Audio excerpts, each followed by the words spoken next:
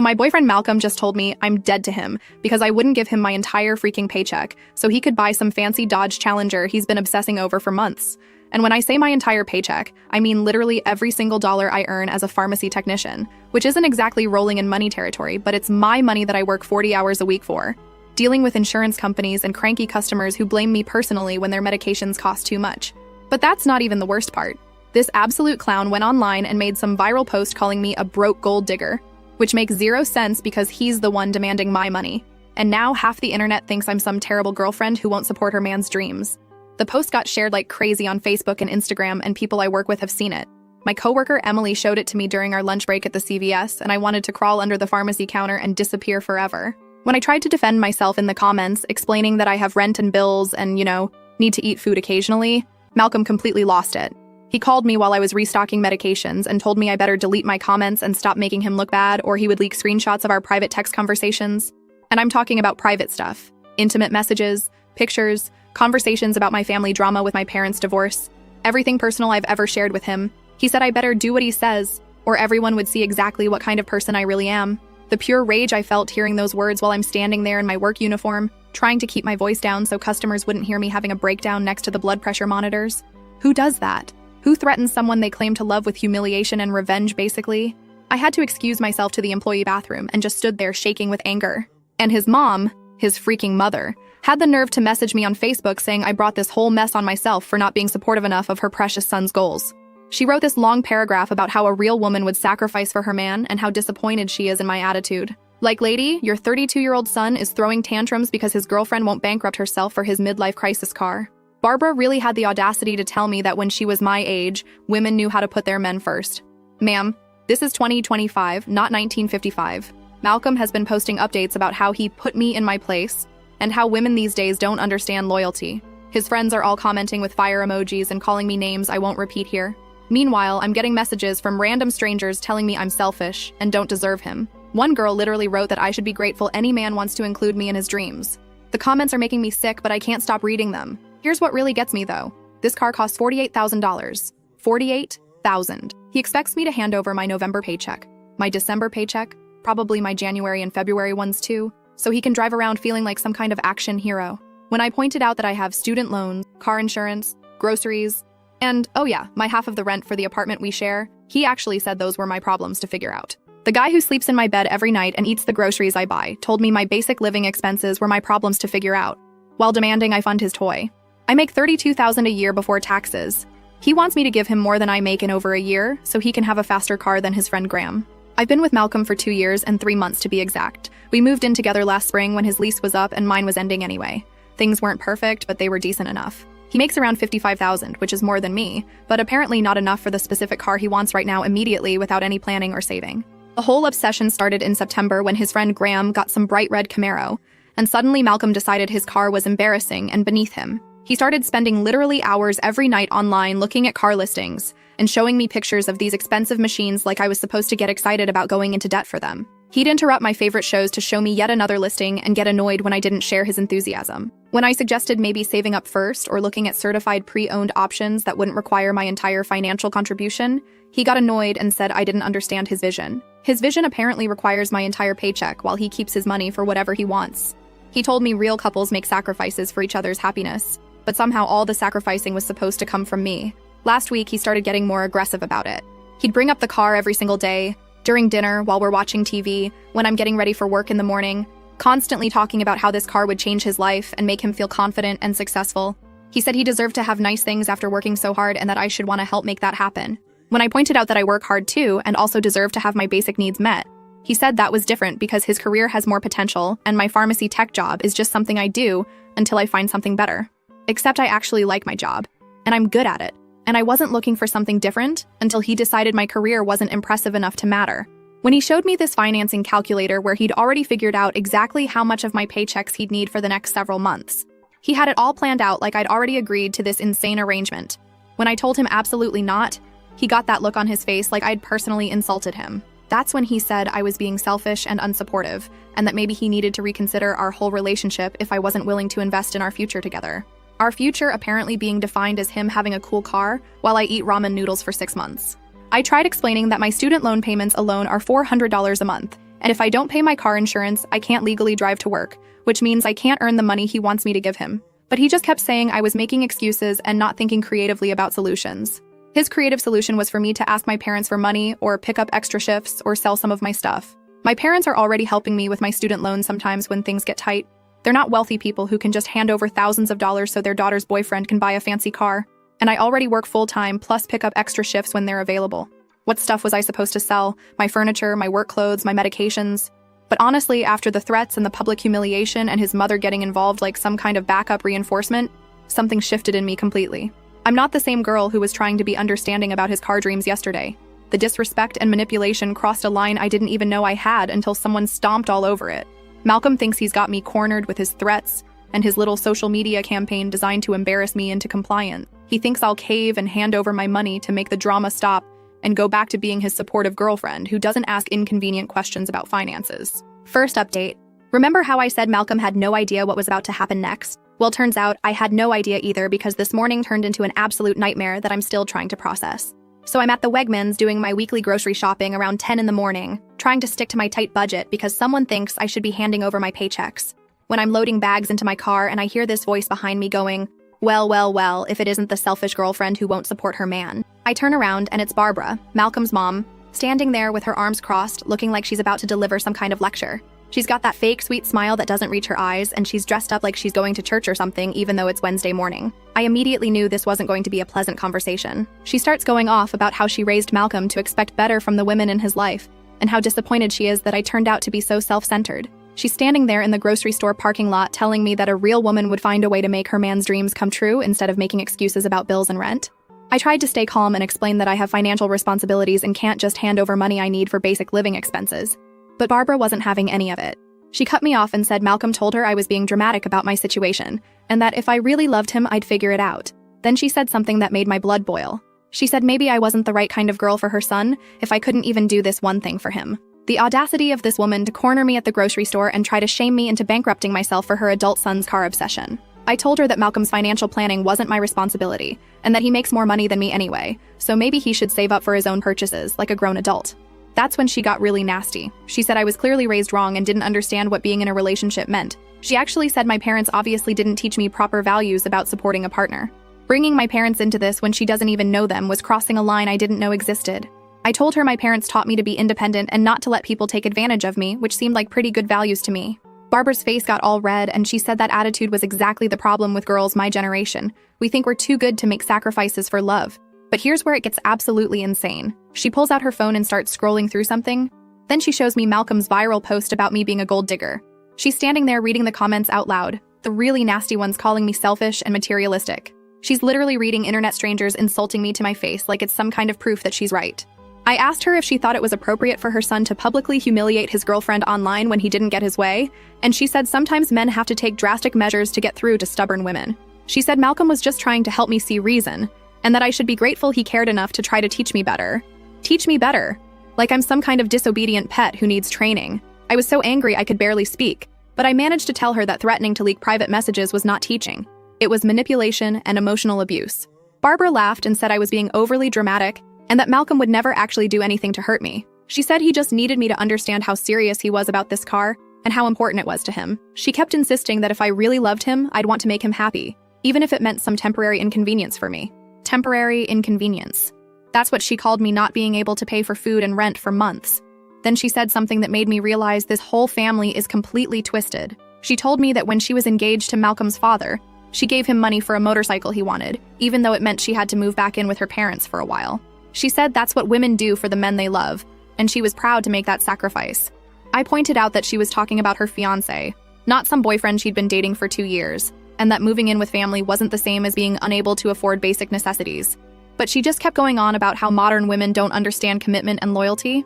The conversation got even weirder when she started talking about how Malcolm deserves to feel proud and confident, and how having nice things is important for a man's self-esteem. She said I should want to contribute to his success and happiness instead of holding him back with my selfishness. Like his self-esteem was somehow my financial responsibility. I asked her point blank if she thought it was reasonable for Malcolm to expect his girlfriend to give him her entire paycheck when he makes more money than her and could save up for the car himself. She said that wasn't the point. The point was that couples should support each other's dreams, and I was failing as a partner. But then she said something that really showed me how messed up this whole situation is. She told me that Malcolm had been talking to her about our relationship for months, complaining that I wasn't ambitious enough and didn't seem invested in building a future together. She said he'd been questioning whether I was really girlfriend material or just someone he was wasting time with. So apparently Malcolm had been bad-mouthing me to his mother for months before this car situation even came up. He'd been building a case against me as some kind of inadequate girlfriend who wasn't measuring up to his standards. The car demand wasn't really about the car. It was some kind of test to see if I'd prove my devotion by destroying my financial stability for his wants. I told Barbara that I didn't appreciate being discussed and judged behind my back, and that if Malcolm had concerns about our relationship, he should have talked to me directly, instead of running to mommy about his problems. That really set her off, and she said I was being disrespectful and proving exactly what kind of person I was. She started raising her voice and attracting attention from other people in the parking lot, telling me that I was going to lose Malcolm if I didn't change my attitude and start acting like a supportive girlfriend. She said he had options and didn't have to settle for someone who wasn't willing to invest in their relationship.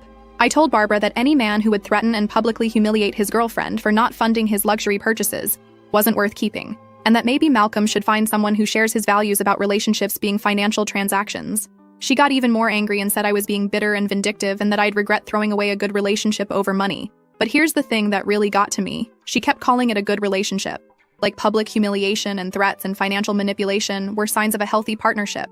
Like Malcolm's behavior was normal and my refusal to accept it was the problem. The whole conversation lasted maybe 20 minutes, but it felt like hours.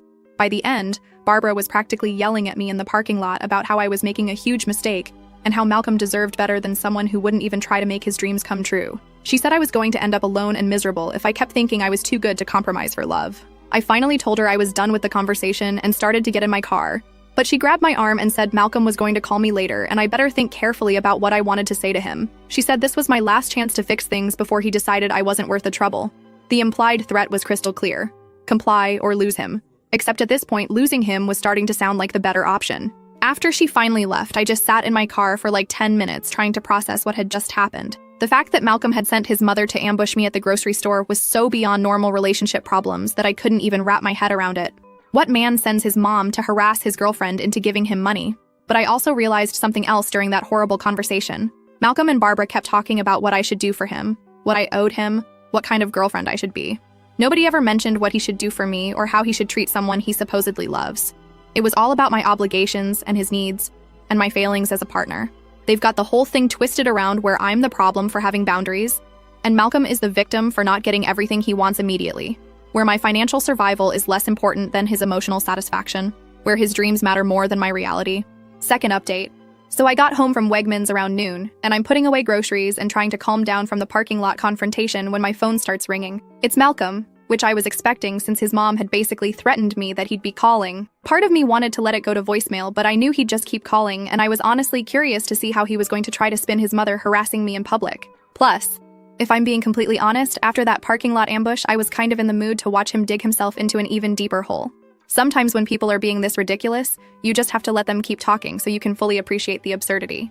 He starts off all fake casual, asking how my day is going. Like he doesn't know his mom just spent 20 minutes yelling at me about what a terrible girlfriend I am. So I cut right to the point and asked him if he sent Barbara to ambush me at the grocery store or if she came up with that brilliant plan all by herself. Malcolm got immediately defensive and said his mother was just concerned about our relationship and wanted to help me understand his perspective better.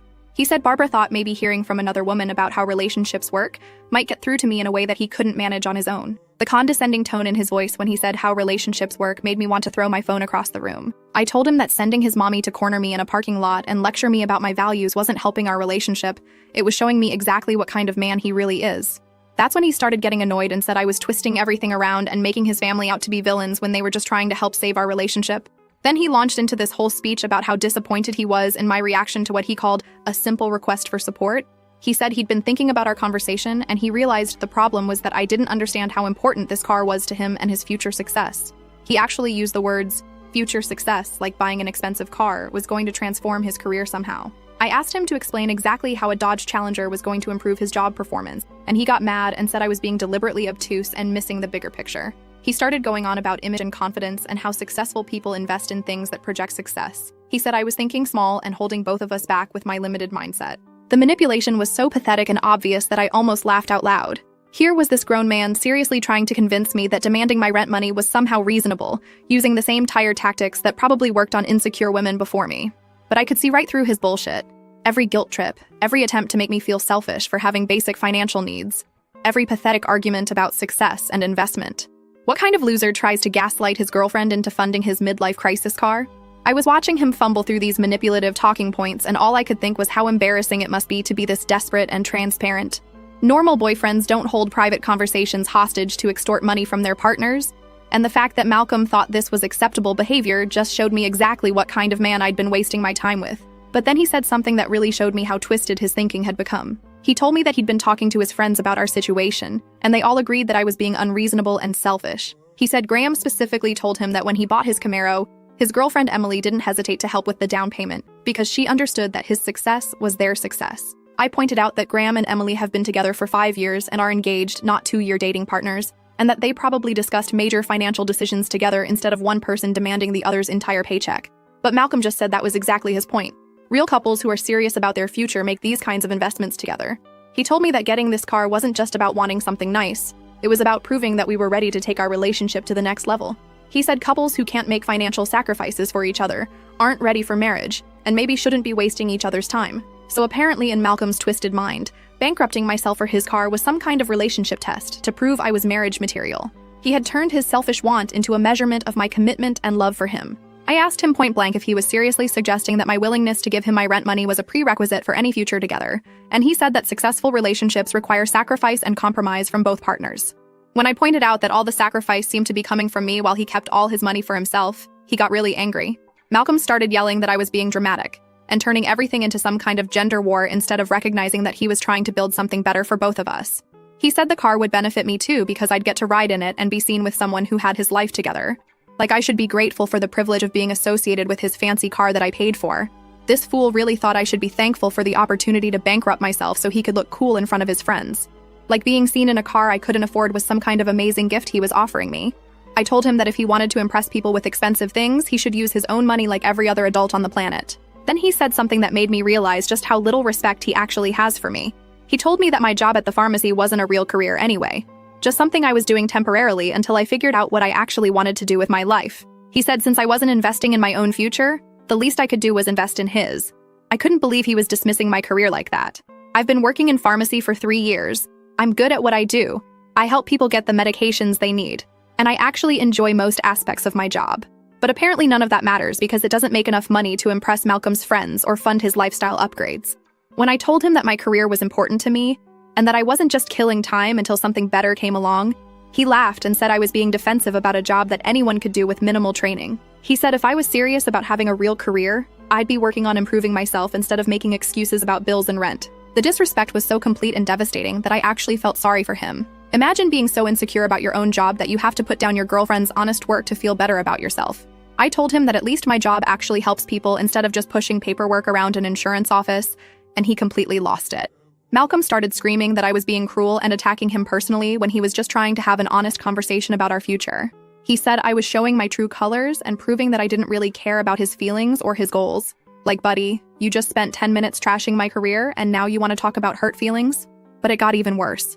Malcolm started talking about how he'd been reconsidering our whole relationship lately and wondering if I was really the kind of partner he needed for the life he wanted to build. He said successful men need supportive women who understand that sometimes you have to make short-term sacrifices for long-term gains. I asked him what gains I was supposed to be getting from bankrupting myself for his car, and he said I'd gain a boyfriend who felt confident and successful and could therefore be a better partner to me. So my reward for destroying my financial stability was supposed to be a slightly happier Malcolm. The logic was so insane and narcissistic that I started laughing.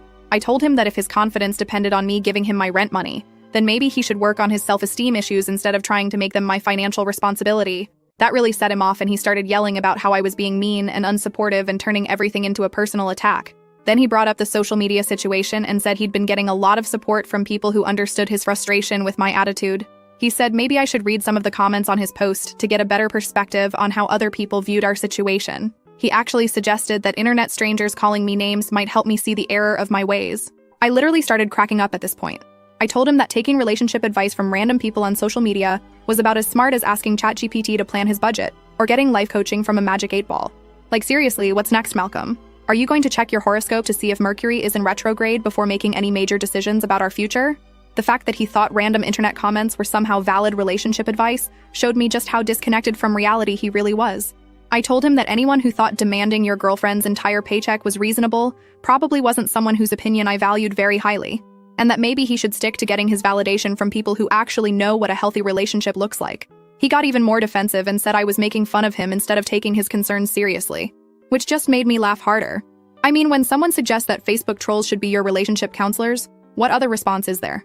That's when Malcolm brought up the nuclear option. He reminded me about our private text conversations and said he really hoped he wouldn't have to share those with anyone, but that he needed to know I was taking this situation seriously. He said he had screenshots of messages that might not look great taken out of context. The threat was crystal clear, even though he tried to dress it up as concern. Give him the money or he'd release private conversations that he could manipulate to make me look bad. He was holding our relationship intimacy hostage to get what he wanted. I told him that threatening to violate my privacy was not the action of someone who loved me, and he got defensive and said he wasn't threatening anything, just pointing out that our private conversations should probably stay private. But the implication was obvious: cooperate or face the consequences. But honestly, at this point, I was just impressed by how many different ways he could find to be a terrible person in one conversation. Public humiliation, financial manipulation, emotional blackmail, career dismissal, and now threats to violate my privacy. It was like he was going down a checklist of abusive behaviors to see which one would finally break me. But then he said something that made me realize this was about way more than just the car. He told me that he'd been thinking about our future together, and he needed to know that I was the kind of woman who would support his ambitions and help him achieve his goals. He said if I couldn't do this one thing for him, how could he trust me to be there for the bigger challenges that successful couples face? So in Malcolm's mind, this wasn't about a car at all. This was about establishing the power dynamic in our relationship. He wanted to prove that he could make unreasonable demands and I'd comply. He wanted to train me to prioritize his wants over my basic needs. He wanted to see if he could manipulate me into financial dependence and submission. The conversation went on for almost an hour with him trying different angles to convince me. But every single approach came back to the same basic demand: give him my money and accept that his wants were more important than my needs. He never once acknowledged that what he was asking for was unreasonable or that I had legitimate concerns about my own financial survival. By the end of the call, I was exhausted from trying to explain basic concepts like personal boundaries and financial responsibility to someone who seemed fundamentally incapable of understanding that other people's needs mattered too. Malcolm ended the conversation by saying he'd give me until Friday to think about everything and make the right decision. The right decision. Like there was only one acceptable outcome and anything else would be wrong and selfish and proof that I didn't really love him. He never apologized for the public humiliation or the threats or the complete dismissal of my career.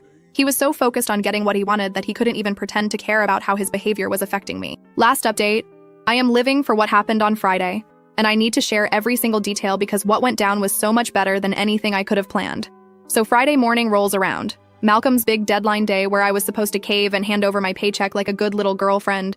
Instead, I decided it was time to take some real action instead of just talking in circles with this manipulative loser.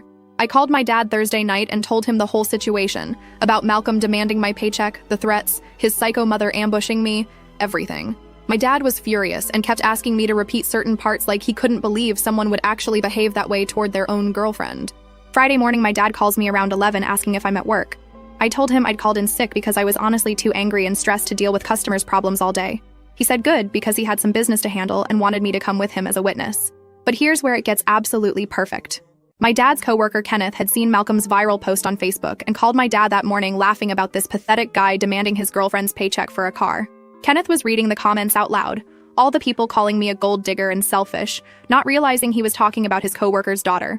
When my dad told Kenneth exactly who that post was about, Kenneth went completely silent. Then my dad said he needed to go have a conversation with this boy about how men are supposed to treat women, and Kenneth offered to come along as backup. My dad picked me up and we drove straight to Malcolm's office. I tried to tell him maybe this wasn't the best idea, but my dad said no man was going to publicly humiliate his daughter and threaten her and get away with it. He said Malcolm was about to learn what happens when you mess with the wrong family. My dad marched right into that office like he owned the place. The receptionist tried to stop him, but he just said loudly that he needed to speak with Malcolm about the lies he'd been spreading about his daughter online. Half the office heard him and people started gathering around to watch. Malcolm came out to the lobby looking confused until he saw me standing behind my dad, and then his face went completely white. My dad didn't waste any time with small talk. He asked Malcolm if he was the one who posted about demanding his girlfriend's entire paycheck, and then called her a gold digger when she said no. Malcolm started stuttering that it was a misunderstanding and that social media posts don't tell the whole story, but my dad cut him off. He said there was no misunderstanding about a grown man demanding his girlfriend's rent money for a toy car, and then crying online when she had the backbone to say no. The entire office was watching at this point, and Malcolm looked like he wanted to disappear into the floor. My dad kept his voice level, but everyone could hear every word as he asked Malcolm what kind of man threatens a woman with revenge for not bankrupting herself for his wants. Malcolm tried to say that private relationship issues shouldn't be discussed at his workplace, and my dad said maybe Malcolm should have thought about that before he made their private relationship issues public on social media so strangers could call his daughter names. Then my dad really started laying into him. He said he'd raised 3 daughters and never once had to teach them that real men don't beg for money from women, don't send their mommies to fight their battles, and don't throw tantrums when they don't get their way. He asked Malcolm if his own father knew what kind of man he'd raised, because any decent father would be ashamed to have a son who behaves like such a pathetic excuse for a man.